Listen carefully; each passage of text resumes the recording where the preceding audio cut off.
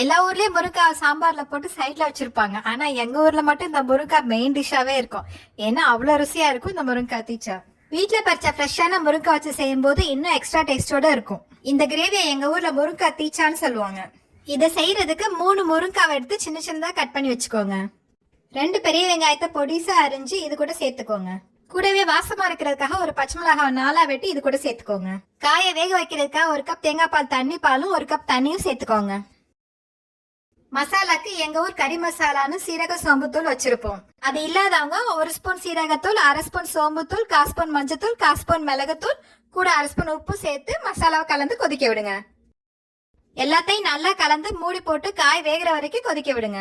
காய் வெந்ததும் 1/4 கப் திக்கான தேங்காய் பால் சேர்த்துக்கோங்க. இதுதான் எக்ஸ்ட்ரா டேஸ்ட் கொடுக்கக்கூடியது. இப்போ தாளிப்புக்காக 1 ஸ்பூன் எண்ணெயை காய வச்சு கொஞ்சம் கடுகு பருப்பு, கருவேப்பிலை, 2 வரமிளகாய் போட்டு தாளிச்சு விடுங்க. இந்த கிரேவிக்கு வரமிளகாய் பச்சை மிளகாய் காரமே போதுமானதா இருக்கும். மிளகாத்தூள் தேவையில்லை. சூடான சாப்பாட்டுல போட்டு சாப்பிடும்போது அவ்வளோ வாசமாவும் ருசியாகவும் இருக்கும் இந்த முருங்காய் தீச்சா. செஞ்சு சாப்பிட்டு எப்படி இருந்துச்சுன்னு கமெண்ட்ல சொல்லுங்க.